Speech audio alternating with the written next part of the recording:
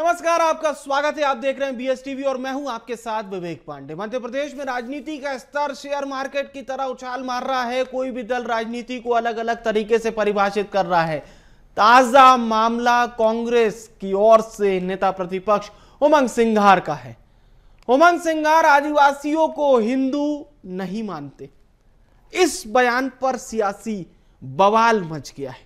आप एक रिपोर्ट देखिए, फिर एक खास पैनल के साथ खास चर्चा करेंगे।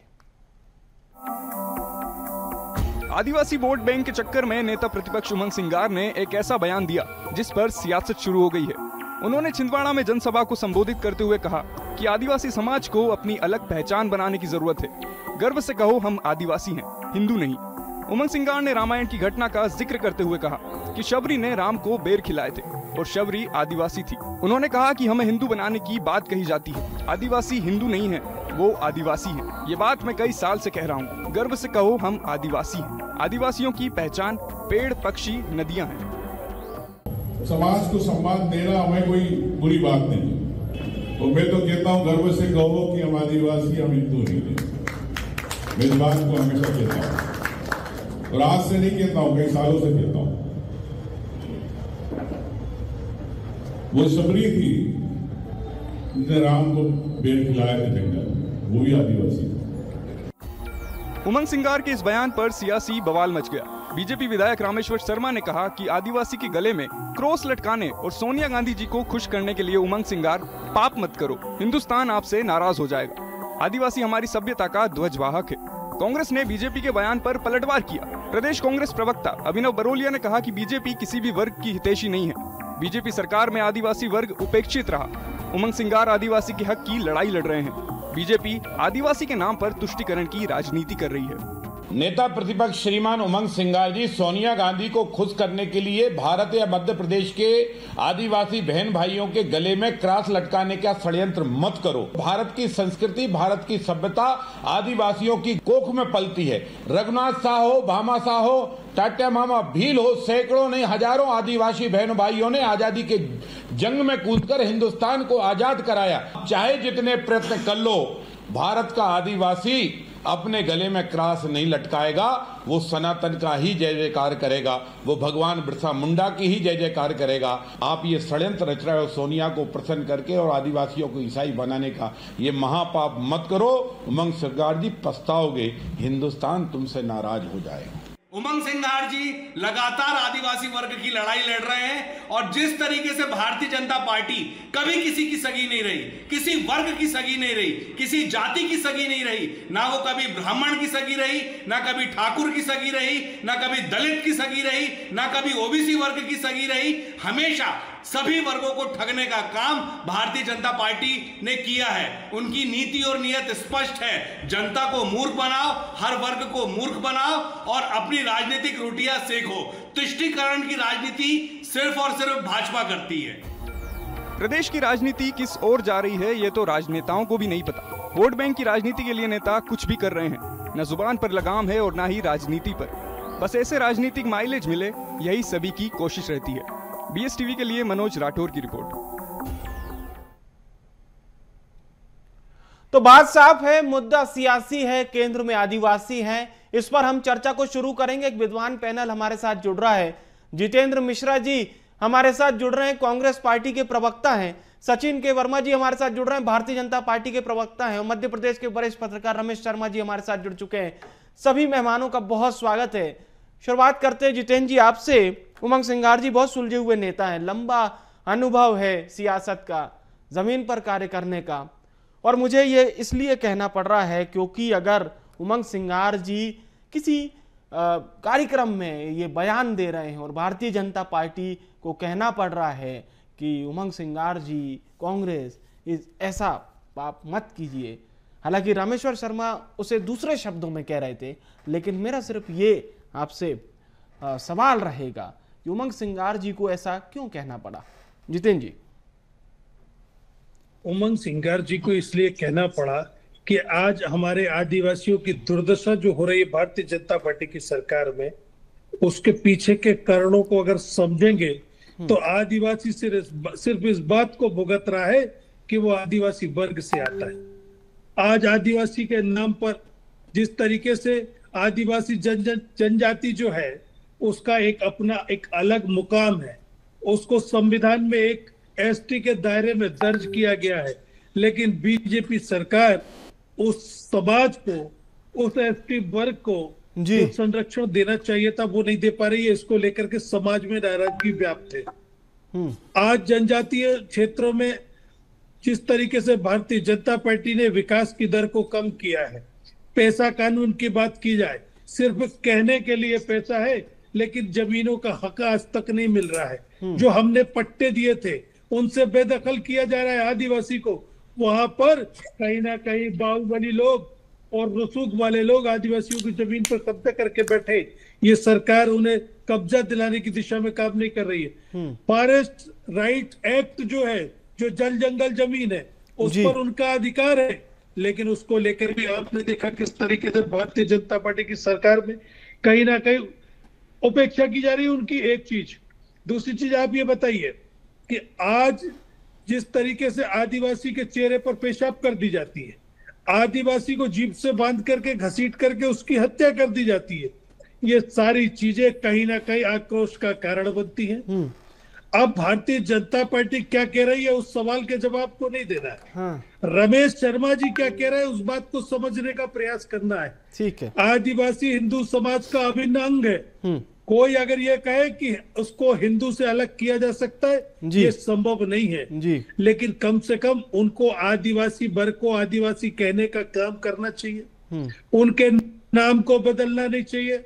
उनके हितों की रक्षा के लिए सरकार को काम करना चाहिए। कितनी एफआईआर हो रही, सारे के सारे प्रकरण आदिवासी समाज के ऊपर दर्ज हो जाते हैं। फरियादी को अपराधी बना दिया जाता है। और कई इलाके तो ऐसे हैं जहां एससी के व्यक्तियों पर अत्याचार हो रहे हैं और उनकी पुलिस पर। तो सिंगार जी की बात को पूरा कांग्रेस मानेगी, ये क्लियर समझा जाए? एटलीस्ट मध्य प्रदेश की कांग्रेस के बारे में तो हम कह ही सकते हैं कि हाँ, भले अन्य प्रदेश की कांग्रेस फिर क्या कहेगी वो बात की बात है।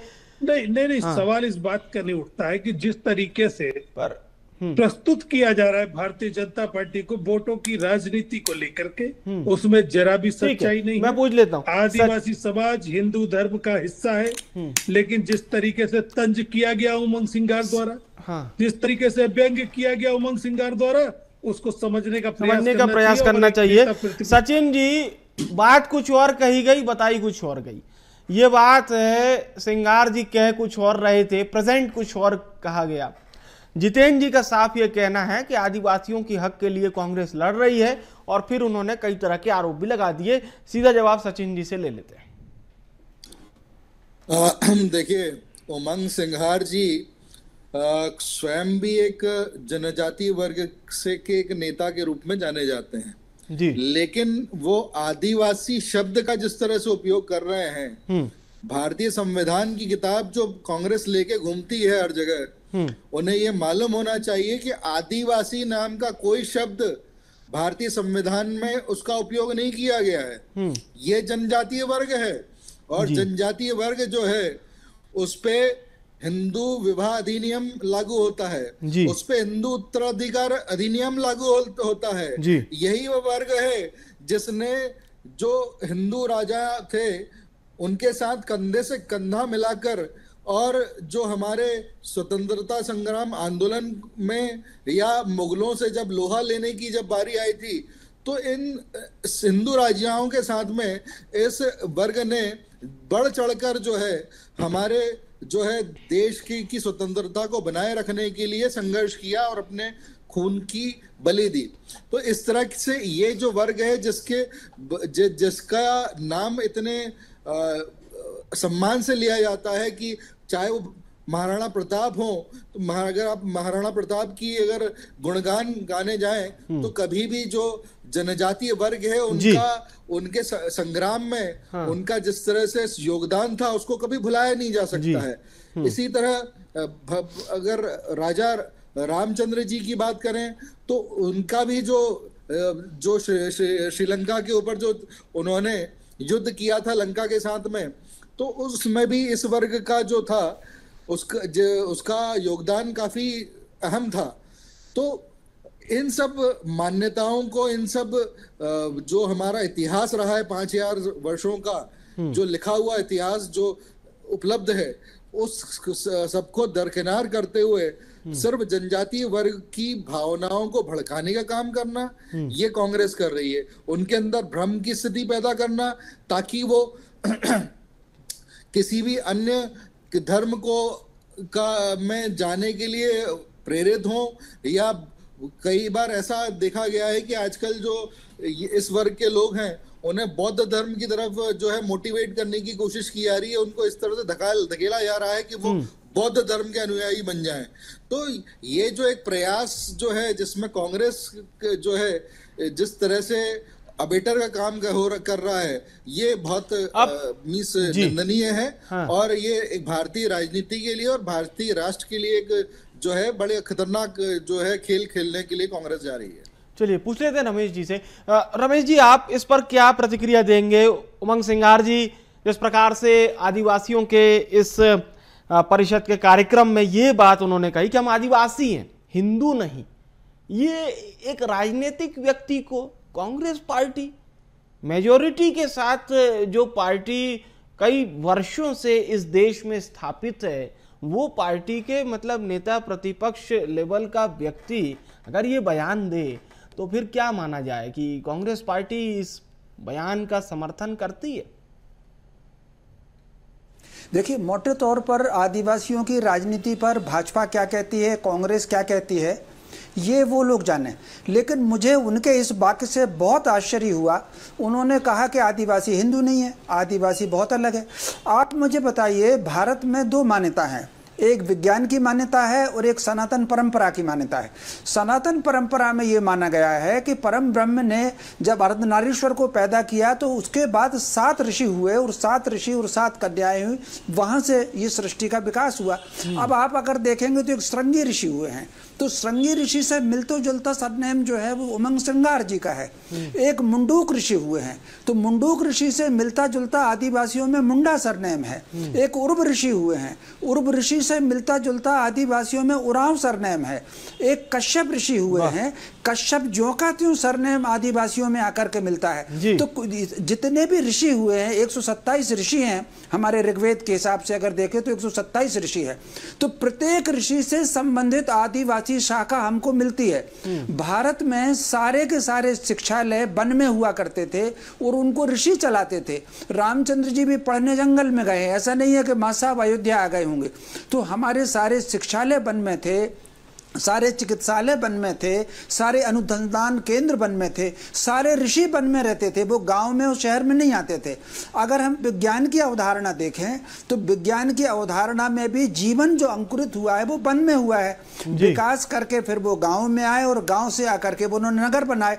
तो कुल मिलाकर के ना तो विज्ञान ये कह रहा है कि ऐसा नहीं है कि पहले शहर बस गया और वहां कोई अलग आदमी पैदा हुआ और जंगल में अलग पैदा हुआ। अगर इस्लाम की अवधारणा देखें तो हब्बा और आदम, हजरत आदम से जो इंसान पैदा हुआ, ईसाइयों के साथ देखें तो एडम से और ईव से जो ऐसा नहीं हुआ कि नगर के लिए उनने अलग बनाए। 1773 के बाद चर्च सक्रिय हुआ ताकि उनको सनातन के हिंदू जड़ों से काट करके तब तो उनके गले में क्रॉस बनाए, तब तो उनको आदिवासी बनाए। तो कुल मिलाकर के हिंदुओं से काटना और उनकी पहचान को खत्म करना। जितनी वैदिक परंपराएं हैं प्रकृति के पूजन की, वो सारी की सारी हमारे, अब उनको आदिवासी शब्द कह दो, उनको वनवासी शब्द कह दो, उनको मुंडा समाज कह दो, सारा का सारा ये। बल्कि कांग्रेस का चरित्र तो मुझे आज इतना बुरा लगा उनकी, मैं उदाहरण देकर के कहना चाहता हूं। मध्य प्रदेश के इतिहास में केवल एक बार नरेश सिंह देव आदिवासी मुख्यमंत्री बने। कांग्रेस ने दल बदल करा करके उनको 15-20 दिन में उनको उठा कर पटक दिया था, उनको किनारे कर दिया था। तो कुल मिलाकर के आदिवासी हितों की उन्होंने ऐसी बात की। इंडिविजुअल कहीं अगर अपराध होता है, इंडिविजुअल अपराध को क्या हम समाज से जोड़ सकते हैं? कोई अगर व्यक्ति, कोई महिला अपने प्रेमी से मिलकर के पति की हत्या कर दे और कोई पति प्रेमिका के लिए पत्नी की हत्या कर दे तो सारे हम पतियों को दोषी मान लेंगे, सारी पत्नियों को दोषी मान लेंगे। इंडिविजुअल अगर अपराध हुआ है वो पेशाब करने वाला, तो उसमें जाकर के चरण धोए हैं उसके, उस महिला के।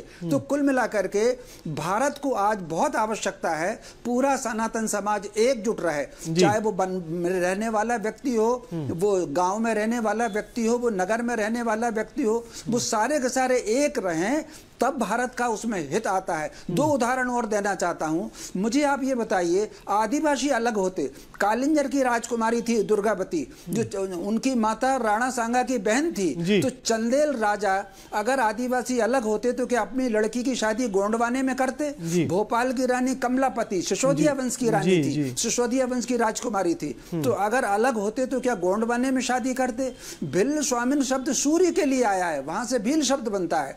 अकबर के अबू फजल के जो अकबरनामा है, अबू फजल के अकबरनामे से पहले भारत में ना तो भीलवाड़ा शब्द मिलता है ना गोंडवाना शब्द मिलता है। तो ये जो विदेशियों के षड्यंत्र थे, मैं समझता हूं कुछ लोग हैं गुलामी की जंजीरों को आभूषण समझ करके उससे श्रृंगार कर जो लोग कर रहे हैं, वो इस तरह की बात करते हैं कि आदिवासी अलग है और हिंदू अलग है, ये समाज को तोड़ने का षड्यंत्र है। मैं समझता हूं राजनीति से अलग हट करके इस बात पर उसकी बात होनी ही चाहिए। समूचा हिंदू समाज एक है। जी रमेश जी, एक बहुत महत्वपूर्ण सवाल करना चाहूंगा वर्तमान परिदृश्य को लेकर। जो बाहरी शक्तियां हैं जो देश में चाहती नहीं है कि लोग यूनाइट रहें, उन लोगों को भी इस तरह के बयान के बल देते हैं। मैं सिर्फ एक बयान पर जिक्र नहीं कर रहा हूं, मैं ये बात जरूर कहना चाह रहा हूं कि भाई आदिवासी अगर हिंदू नहीं है तो ये क्या बाहरी तत्वों के लिए इस तरह के एडवांटेज रहते हैं कि जब एकता इस तरह से विघटित होती है? और मैं फिर से कहना चाह रहा हूं किसी एक बयान पर मेरा फोकस नहीं है। जी निश्चित रूप से ये बात मानकर चलिए, भारत में दोनों प्रकार की शक्तियां हैं जो हमारी एकता को तोड़ना चाहती हैं। कुछ लोग हैं जो भारत का सांस्कृतिक रूपांतरण करना चाहते हैं। नगरों में अलग प्रकार की शक्ति सक्रिय हैं और जंगल में अलग प्रकार की सक्रिय शक्ति हैं, वो शक्तियां हैं। दूसरी अगर आप देखें, पिछले कुछ वर्षों में भारत ने 3 प्रकार की चीजों में दुनिया को पीछे कर दिया है। हमारी जो स्पेस की जो टेक्नोलॉजी है वो नासा से सस्ती पड़ती है। दुनिया के 18 देशों ने 300 से ज्यादा उपग्रह इसरो को दिए हैं ताकि हम उनको प्रक्षेपित कर सकें, तो उनकी वहां दुकान ठंडी हो रही है। दूसरा, हथियारों में, डिफेंस के मामले में अब हम निर्यातक हैं। पहले हम तो बंदूक की गोली भी आयात करते थे, उससे उनका बाजार ठंडा हो रहा है। तीसरा, इकोनॉमी को अगर आप देखें, हमारी जिस तरीके से इकोनॉमी बढ़ रही है, तो मोटे तौर पर वो चाहते हैं कि कहीं ना कहीं सामाजिक विग्रह हो और एकत्व टूटे और ये सारी प्रगतियां रुकें। इसलिए सारे के सारे तनाव पैदा करने की कोशिश होती है। भाई वोट के लिए आप उनके हित की बात करें, जाति का नाम लेकर के, धर्म का नाम लेकर के देश में विग्रह क्यों पैदा करना चाहते हैं वोट के लिए झूठ बोल करके? और जो कि इतिहास और संस्कृत विज्ञान तीनों के विपरीत है, ये तीनों से विपरीत है। कोई आदिवासी किसी ने अलग बनाया क्या, या नगरवासी किसी ने अलग बनाया? मुझे आप बताइए। ठीक है, सीधा सवाल पूछ लेते हैं जितेंद्र जी से। जितेंद्र जी, यहाँ पर बात जोड़ने की हो रही है, तोड़ने की हो रही है, या फिर सिंगार जी आदिवासियों के ये जो कार्यक्रम है सिर्फ उसको लेकर बोल रहे थे? कुछ बात तो आपको डिफाइन करनी ही पड़ेगी। सिर्फ आप ये कहेंगे कि आदिवासियों पर अत्याचार हो रहा है, डेटा देख लीजिए, तो मुझे लगता है कहीं ना कहीं उमंग सिंगार जी की बात का मर्म तो सामने नहीं आ पाएगा। देखिए विवेक जी, सबसे पहली चीज तो ये मैं बार बार कह रहा हूं, सुबह से 10 जगह कह चुका हूं कि आदिवासी समाज हिंदू समाज का अभिन्न अंग है जी, इसको अलग करके कोई नहीं देख सकता। अब सुनिए आप, ये सरकार जो हिंदू हितों की बात करती है और खुले मंच से करती है जी, ये आदिवासी समाज के विकास में क्यों पिछड़ा देती है? ये सवाल उठेगा। क्या वो हिंदू नहीं है? वही सवाल आज उन्होंने किया है कि हम आदिवासी हैं तो हिंदू नहीं है क्या? हमारे विकास की चिंता सरकार को करना चाहिए, क्यों नहीं की जा रही? इसको लेकर के सारा का सारा आदिवासी समाज उद्वेलित है, आक्रोशित है कि उसके लिए पेशा कानून बनाया गया था, उसका क्या फायदा उसे मिल रहा है? उसके लिए जो जंगल को राइट्स थे वो क्यों नहीं प्रदान किए जा रहे? सिर्फ नारेबाजी में आदिवासी का ध्यान रखने की बात हो रही, सिर्फ जयंती पर जाके माला पहनाने का काम हो रहा है। आज आदिवासी अंचलों में जाके देखिए, जो उनके लिए बजट अलॉट होता था वो बजट भी काट करके दूसरे विभागों को दे दिया गया। ये सरकारी आंकड़ा है, ये मैं नहीं कह रहा। आखिर उनके हितों की चिंता कौन सी सरकार करेगी? हमने पट्टे दिए थे आदिवासियों को, उन पर कब्जा दिलाने की गारंटी तो सरकार को लेनी थी कि नहीं लेनी थी? आज जो बाहुबली और रसूख वाले लोग उन पर काबिज होके बैठे, उनको उनका हक दिलाने की लड़ाई कौन लड़ेगा? उसके लिए सरकार को चेताया जा रहा है कि इस पर ध्यान देने की जरूरत है। खाली उनका नाम लेने से, खाली उनका महिमा मंडन करने से काम नहीं चलेगा। धरातल तक विकास पहुंचाना पड़ेगा, तब जाके। सचिन जी, धरातल तक विकास पहुंचना चाहिए। जितेंद्र जी कह रहे हैं कि सिर्फ महिमा मंडन करने से, अच्छे अच्छे स्लोगन से बात नहीं बनेगी। देखिए, जनजातीय समाज के संबंध में जितनी भी योजनाएं मध्य प्रदेश सरकार ने शुरू की है और जो लागू की है, अगर मैं यहाँ पर वर्णन करना शुरू कर दूंगा तो डिबेट का जो समय है वो पूरा समय निकल जाएगा। हमने इतना सब कुछ यहाँ पर इस सरकार के, भाजपा सरकार के दौरान हमने इतनी सारी योजनाएं लागू की है।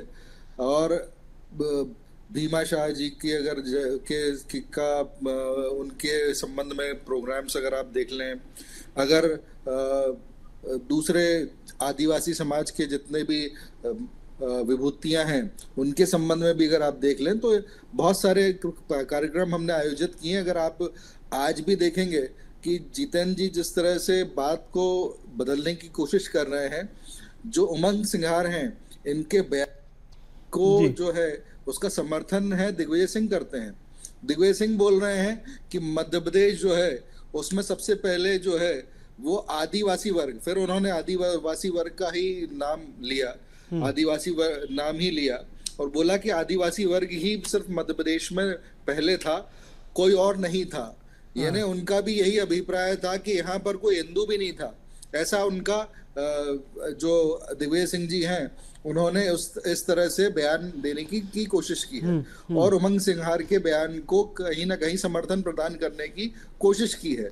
अब अगर आप दूसरे धर्म के साथ में और अगर आदिवासी समाज या जनजाति समाज के संबंध में अगर आप दोनों के कंपैरिजन करें, शर्मा साहब ने तो उसको बहुत अच्छे से एक्सप्लेन कर ही दिया है, मगर अगर कानूनन रूप से भी किया जाए तो आज जो भी कानून जो हिंदू समाज के ऊपर लागू होता है वही जनजाति समाज के ऊपर लागू होता है और जनजाति समाज को एक हिंदू समाज का ही अभिन्न अंग माना जाता है। तो ये जो एक कुत्सित प्रयास है कि आपने जो एक वोटों की राजनीति करने के चक्कर में और आपने इस तरह से जो एक जनजाति समाज को हिंदू समाज से अलग दिखाने की कोशिश की है, अलग करने की कोशिश की है।